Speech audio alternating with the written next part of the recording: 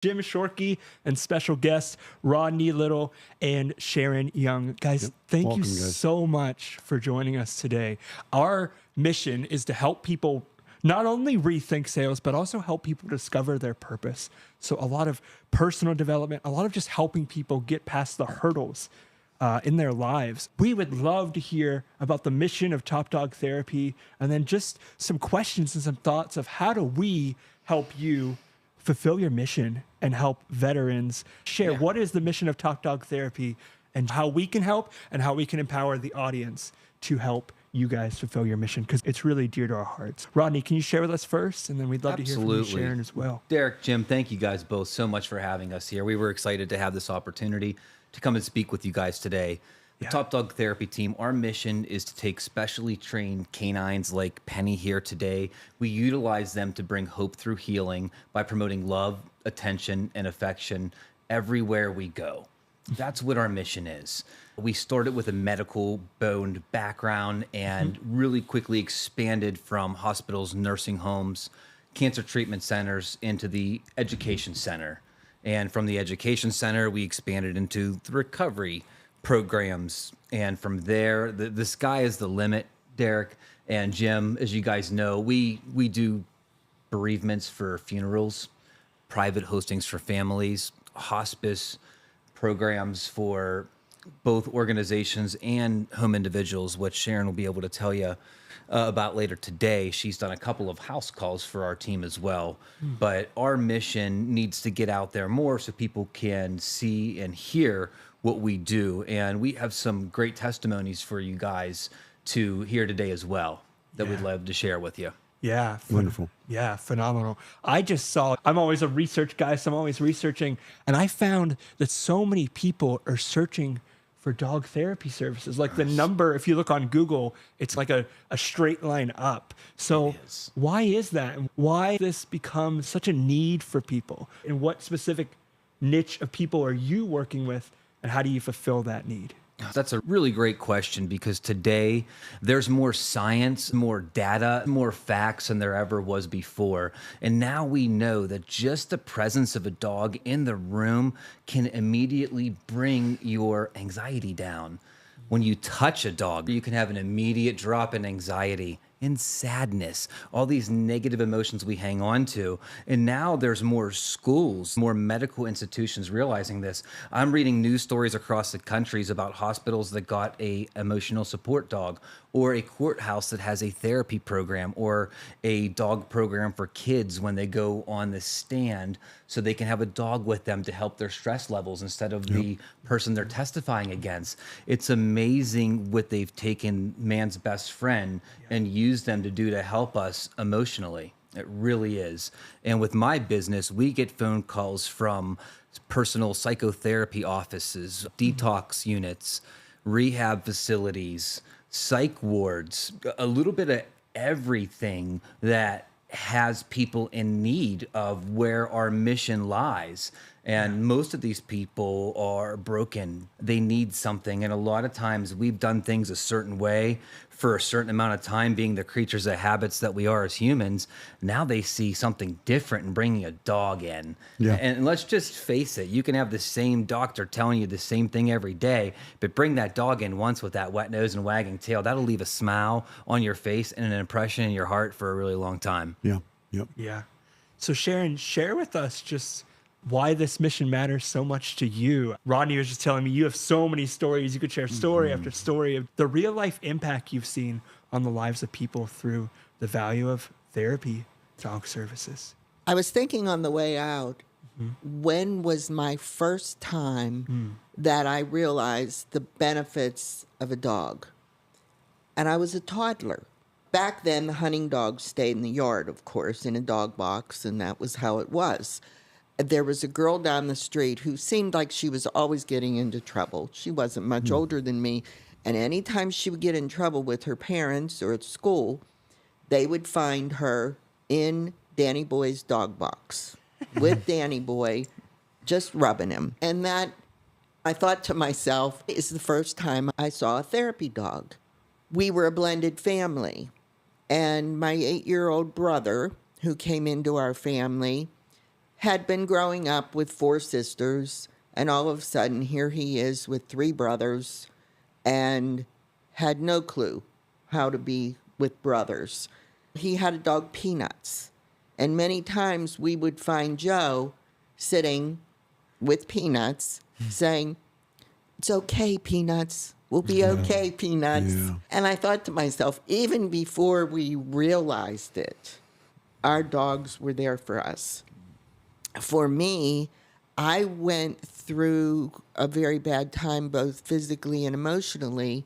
And that was when Penny was a puppy and when my Ruby was in her later days. And that's how I came onto the team. My Ruby, we were in a program through the church, and another member of our team and I would go to visit just our shut-ins. And that's how I started. As soon as Rodney presented his vision, this is it, we're a part of this. And Ruby came on, and I have a picture of Ruby hanging above my desk at home. To me, it's the epitome of what we do. She is staring at a woman in a wheelchair, and the woman is staring back, and it's not a blank stare. And that day, I had to drag Ruby out of that room. And within 2 weeks, they were both gone. I always think to myself when I look at that picture, they both knew. There was something about that. We go into the places and we have college students who tell us through final week, "Do you know how many suicides you have stopped?" When a teenager tells you that, you know you have an impact. And I love that thought. And so anyways, the message today is about self-improvement, self-development, self-help. And so you might ask yourself, what's that? I'm not dealing with therapy dogs. It's the same thing. So when I talked to Rod about the car business and how I did what I did, and he's not in the car business, but the principles that caused me to be successful in the car business are the same principles that are going to cause Top Dog Therapy to be very vibrant and successful as a company. And it is a company. Yeah. There's no doubt about it. It is a company. And so with that being said, let me just briefly encapsulate for you, the listener, what is a company? What is an enterprise? What is the free market? What do these terms mean? In essence, what it means is we're find a need as entrepreneurs. We're going to find a need, and then we're going to fulfill that need, satisfy that need in the most efficient manner possible. That's capitalism, ladies and gentlemen. That's what it is. So whether you're selling real estate or cars, or if you're a nurse or a doctor, a lawyer, whatever you are, your job is to find a need and then to satisfy that need in the most efficient manner possible. And then, of course, you charge for that. Now, when you're dealing with a nonprofit, the difference between a nonprofit and a for-profit business is, in Rod and Sharon's case, their profits go to creating another penny. My profits in the automobile business went to the investors. That's the only difference. That's it. But if you're running a nonprofit, ladies and gentlemen, and you're not focused on top-line revenue, in other words, bringing in money, donations, fundraisers, whatever the case may be, we've got to maximize the top end of the financial statement. It's called an income statement. So what can we do to maximize that top line called income, revenue, whatever you want to call it? And that's what I'm working with Rod and Sharon on is, okay, let's focus on that. And then the second line would be expenses. So the income would be money in, the expenses would be money out. And so you're the real estate guy or girl. What can you do to maximize your top line revenue, commissions? What can you do to minimize the expenses? And the difference between those two numbers, revenue and expenses, would be net profit. And in a true, mature business in the United States of America, the quote would be profit maximization. That's what a business is. The business theme would be to maximize those profits to the benefit of the investors, to the benefit of the people that we're serving in the nonprofit scenario. So if it costs $3,000 to create a penny and we need to create 3 more pennies, then we need $9,000. It's not real complicated. So where does that $9,000 come from? It comes from the top line revenue. How do we maximize that? That's where in the Jim Shorkey world of things, we seek expert counsel to find out what is the best way for us to do that. So you're in the real estate business. Get a book on how to sell houses in the most efficient manner possible. Get a book on cars. Get a book on whatever the case may be. I hooked up with Rod, not because I had any particular interest in Rod or Sharon. We got a dog. And Rod is a dog trainer, and he's expert counsel. So in a way, the way we hooked up was me pursuing the mission of self-improvement, right? And I got this dog. He's not here today, but I got this dog that is a pain in the neck, to say the least.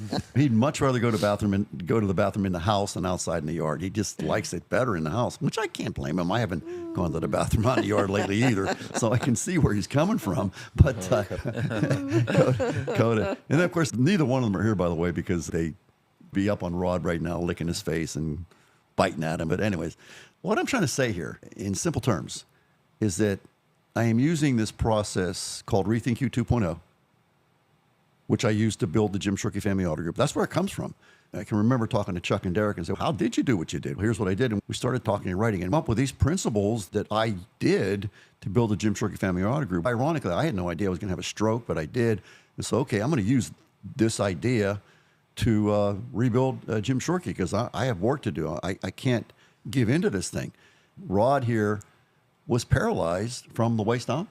Yes. Yes, from the waist on. This isn't something we're making up here. So self-improvement. He's paralyzed from the waist on. Rod decided that just wasn't something that he wanted to give into. Now, no disrespect to anybody. There are people who are paralyzed in some way, shape, or form that they just can't. They're not going to get better, and we don't mean to be disrespectful. But we can at least try. Can't we at least try to get better, to improve? If we can't improve our legs, can we improve our brain? Can we improve our cardiovascular system? Yeah, but you're locked up in a wheelchair. Okay, but there's exercises that Rod can teach you to improve your cardiovascular system. Even though you're not able to walk, you can do different things to do that. And that's where the expert counsel comes from. What can I do? Not what I can't do, but what can I do? Thank you, Jim. And I just wanted to point out quickly that the idea of self-care and self-help, there is not a person out there who doesn't need help. And with our team, don't be too proud to ask for help, whoever you are, wherever you're at, because we will answer that call. And the Top Dog Therapy program, I like to start with saying that this program is truly a result of a tragedy that turned to a triumph. On July the 9th, 2016, it was a nice, beautiful, sunny day. I was leaving my church in Youngwood on my Harley Davidson. I was going through a green light at Sheetz gas station, and a couple from Maryland to my right-hand side, they ran through the red light. I didn't see them coming. I didn't have a chance to really brace. I just remember waking up after the accident happened. I honestly did not know where I was at. In my mindset, I was back 20 years ago overseas. I asked the paramedics if my legs were still there because I didn't feel like they were attached to my body anymore. And after that, I remember just going under. I woke up at Forbes Hospital in the head trauma unit. Yeah, I was surrounded by a team of doctors and nurses. They let me know that my back was broken, my pelvis was shattered, my hips were both broken, my legs were crushed, broken as well. My ribs were broken on both sides from the weight of the bike. My sternum was cracked from top to bottom, so I couldn't eat, talk, or breathe on my own. It was hard to catch my breath, to even ask questions. My main four fingers were ripped open to the bone. And I do remember coming out of my first back surgery, I was complaining to one of the trauma nurses because my finger on my right hand was hanging there, just flapping around. And I looked at her and I said, "Are you going to do something about this finger?" And she looked at me and said, "Sir, we have a lot more to worry about than your fingers right now." Wow. And that kind of put me in perspective of, wow, I'm in some serious trouble. Yep. But 9 surgeries later, about, I want to say 9 months of staying at Forbes, they moved me to RNC Medical Facility by ambulance transport in Greensburg. And that's where my longer medical stay began. I was paralyzed from waist down. I had no feeling. So they had me on Coumadin, a drug to help keep me from clotting, because blood clots were a big worry for not having any activity from waist down. I went through 5 EMG nerve tests, which are very unpleasant to go through, on my back, on my legs, on my hips, just to see if they could read any kind of activity. Were not good. And the reason why we're here right now is my dog Sarge, who's on our shirt, he's no longer here. He's now working in heaven. They let him come stay with me.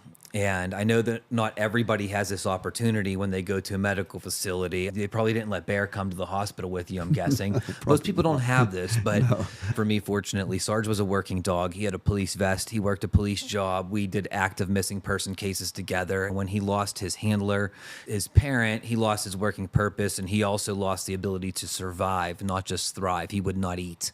He would not leave the door. So my wife brought him into the hospital with his uniform. They let him stay under my bed where he to thrive, where he to eat. And people weren't allowed to pet him or interact with him other than my wife or myself. But the healing started right there. Every person who came by my door, every person who looked in the room, they got something from that wet nose and that wagging tail. They got that hope. They got that inspiration to get them through their next therapy test. They got the inspiration to get them to the next holiday without their family. And I honestly didn't see it at the time. I really didn't see how that healing started. It took me a long time after to realize it. But go ahead, Jim. Okay. So please, you're not paralyzed. You didn't break your back in a motorcycle accident. Yeah. But if we talk about having no hope or minimal hope, this covers a great segment of the United States population. Children, people of all, let's say, 90 years old to 10 years old. And this poor young child just really doesn't have a lot of hope for whatever reason. This 90-year-old person really doesn't have a lot of hope for whatever reason. And it could be anywhere from no hope to minimal hope. But again, the spirit of this whole thing is self-improvement, self-development, self-help, right? We want to get better. If we move from no hope to minimal hope, have we just improved? If we move from minimal hope to incredible hope, haven't we just improved? Isn't that what this is really all about, is giving people hope? Yeah. And so in my years trying to figure this whole thing out, I have this great affirmation that I got from Wallace Wattles from a book called How to Get What You Want. And so for Rodney, he was paralyzed. What did he want? He wanted to walk. Can you please stand up? Can you turn around for me? This is amazing. This is a miracle. This is called self-improvement. Rod was in a wheelchair, no feeling in his legs. You heard him say that. This is not something we're making up here for any particular benefit. It's what happened. But through these therapy dogs, and a lot of other stuff, by the way. It wasn't just the therapy dogs. Right. Let's be clear about that. The therapy dogs are miracle workers to a limited extent. Yeah. Rodney had to do the push-ups. Rodney had to go for the walks. Rodney had to read the books, take the medicine, whatever. There's a lot of things he had to do as part of this. He had to do his part. But the therapy dogs are just a really great adjunct to what it is that we're trying to do. So when I went to Mr. Hamilton for advice, he gave me a list of 10 things. And that's, of course, okay, but there were several things that I could do. So whatever it is that you can do, let's get to work on that. And I want to be very clear, the can-do stuff, by my definition, has to come from expert counsel. What does that mean? Find somebody who has accomplished what it is that you want to accomplish successfully. This is a winner. They've won. If I was in a situation of being in a wheelchair and being paralyzed like Rodney was, I would have a conversation with Rodney and say, Rodney, you're not paralyzed anymore. What did you do? One of the things I did was Sarge, and I would hear that, and I would listen to that. I would think, I got to get me a Sarge. Mm-hmm. And I would. You believe me, I would. Because I have goals and plans and reasons why that make me cry. So I'm going to get a therapy dog. This is not about you getting a therapy dog. This is about you improving. In the effort to get better, if we do seek expert counsel, and we do have the conversations, and we figure out what that to-do list looks like, and then what that to-not-do list looks like. In other words, these are the things I should be doing to get better, and these are the things I should stop doing in order to get better, all right? Then the next answer would be to understand this idea that faith without deeds is dead. So I can have all the faith in the world that I'm going to get better, but I got to do the push-ups and whatever else that would entail. I got to do the whole list. So with Mr. Hamilton, when he gave me my list about how to be a better car dealer, how to be a better automobile person, it was 10 items, and I did all 10. I didn't do 9. I did 10. And then I kept going back and getting more ideas. And then when you look at the Jim Shorkey Family Auto Group today, you're seeing evidence that what I say is true. And so we bring Rod and Sharon in today because they're the evidence. You just saw him stand up and turn around. Now, wait a second.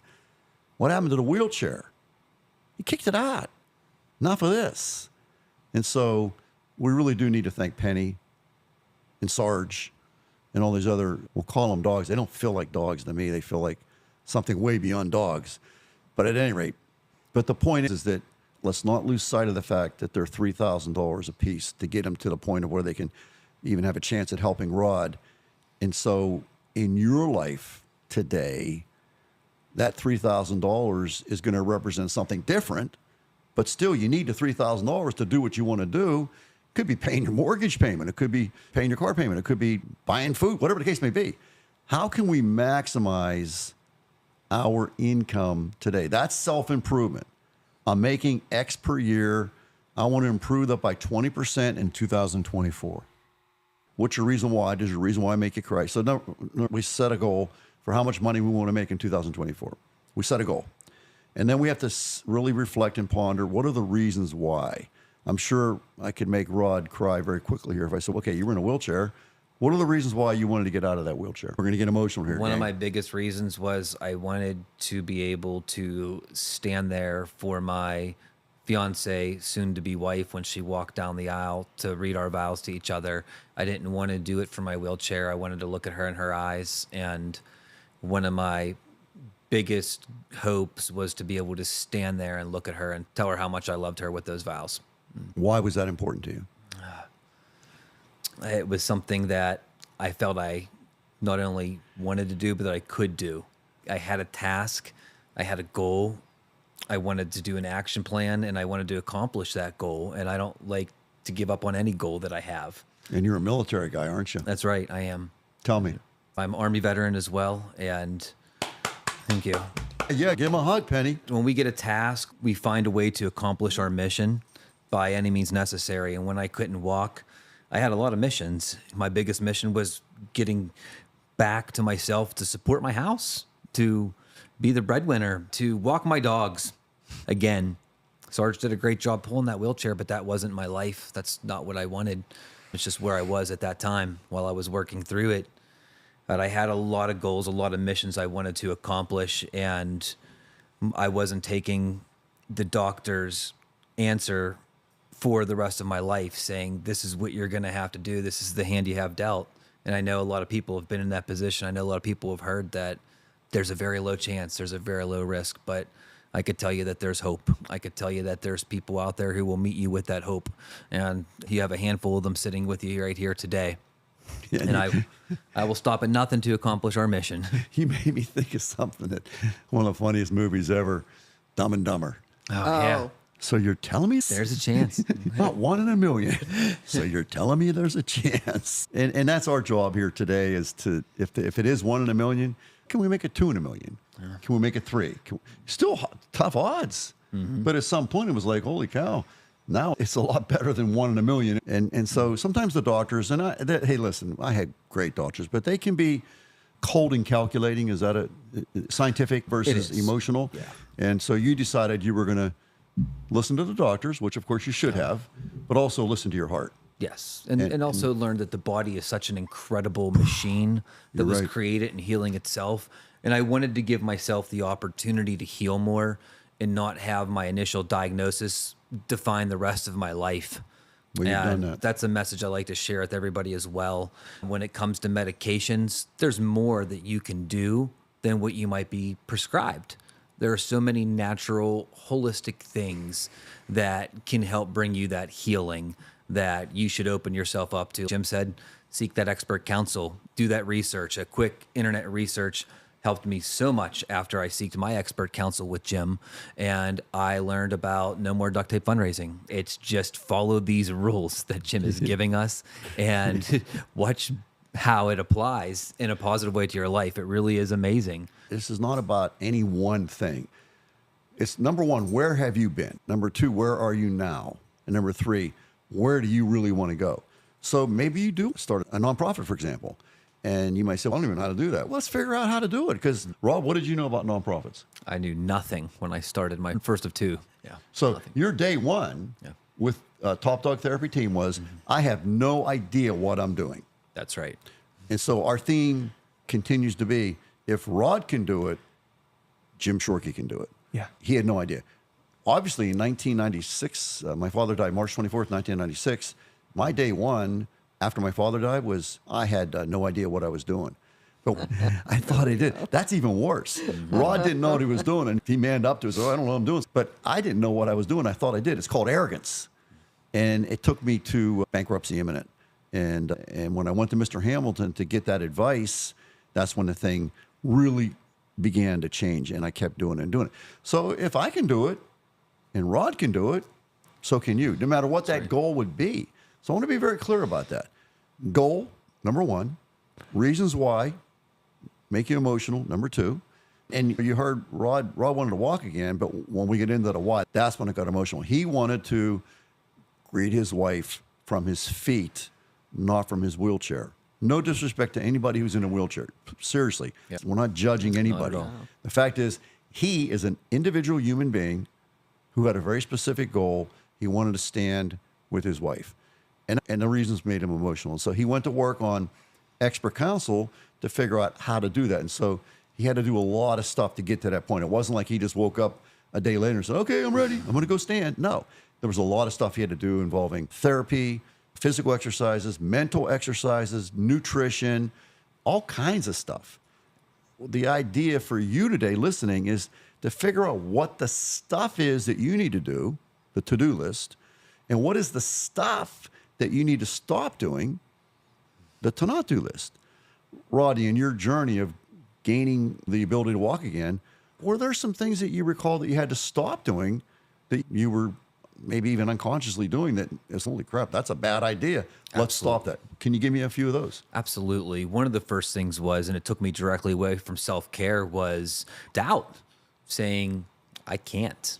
I can't sit up. I can't do this again. I can't go any longer with this pain. My own self-doubt was one of the first things I had to get rid of, was my own bad thinking. So that was one of the first things that I think everybody needs to overcome when they're going through any obstacle in life, whether it's medical, whether it's not. If you doubt yourself, how can you accomplish something?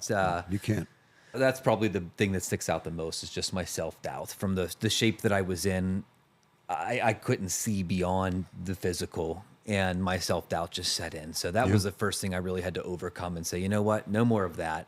And I did get to that point where I started reading a lot, and that was my expert counsel. I started reading about nutrition. We'll save that for another episode. All the things I did packed in a 2.5 year time period of healing, leading me back to feeling again and nerve activity. It was a lot, but if I didn't get rid of the negative things, I never even would have got started on the positive. That's a great point, and it's all personal experience. But I had a quote from Henry Ford that is, whether you think you can or think you can't, you're right. And so the fact is, Rod thought he couldn't, and he was right. He couldn't. Until he got that out of his head consistently, he was treading water. And so I really believed that. And I knew that in my heart of hearts that in order for me to get away from bankruptcy imminent, I had to convince myself that I could. And I learned this from Napoleon Hill of Think and Grow Rich. He said that desire, backed by faith, knows no such word as impossible. And I really love that quote. This actually is my favorite.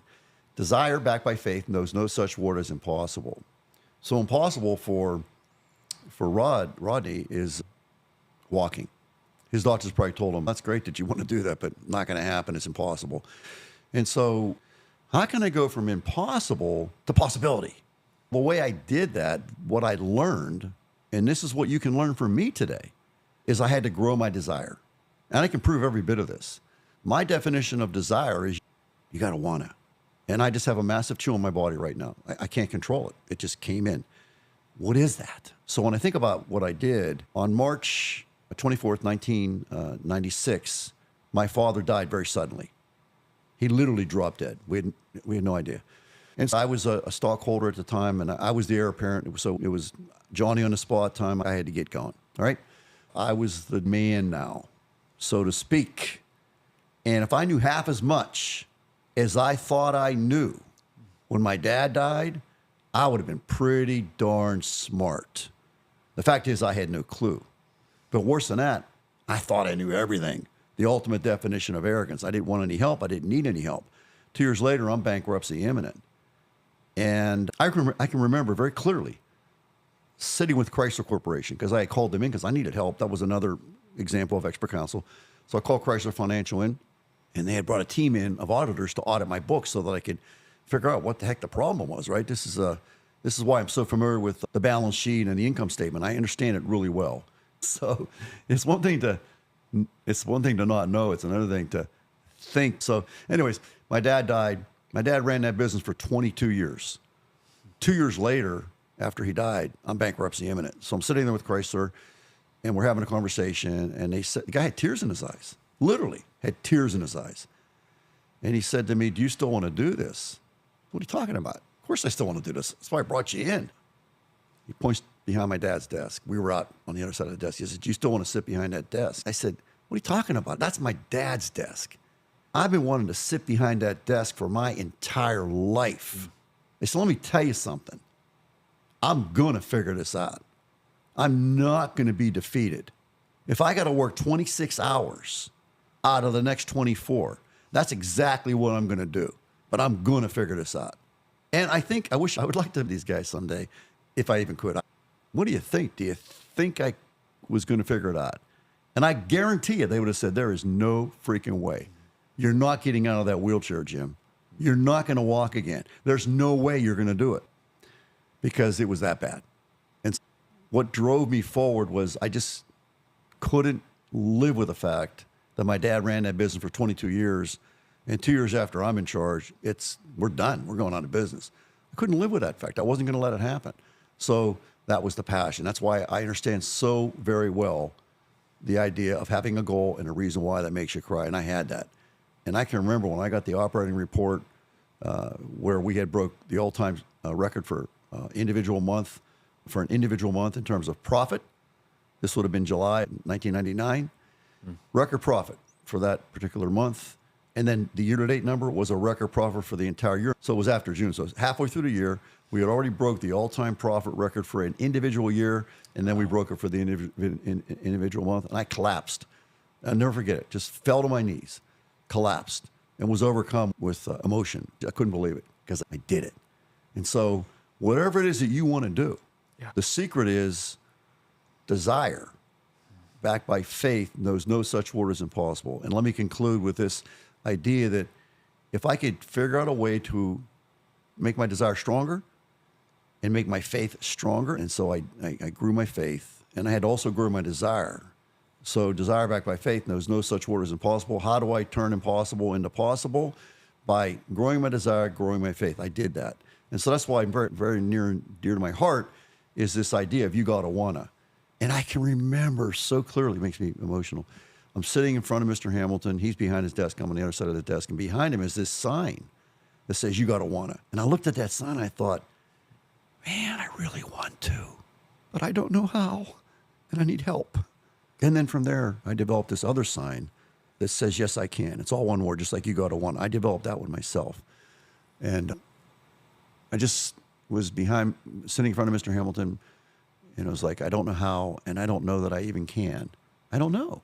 How would I know? But I did exactly what Mr. Hamilton told me to do. Exactly. I dotted the I's to T's. I did exactly what Napoleon Hill told me to do. I did it. I'm telling you, I did it. And it worked. And that's what Rethinking 2.0 is all about. And that's what this conversation is all about. If we can just offer one piece of evidence that you can, then we have a victory today. That's my soapbox speech, but it's very near and dear to my heart. You can see right here. Yeah. I can't BS about this stuff. It is what happened. It is what I did. And I'm so happy and grateful to have Rodney and Sharon here today to preach on us about what they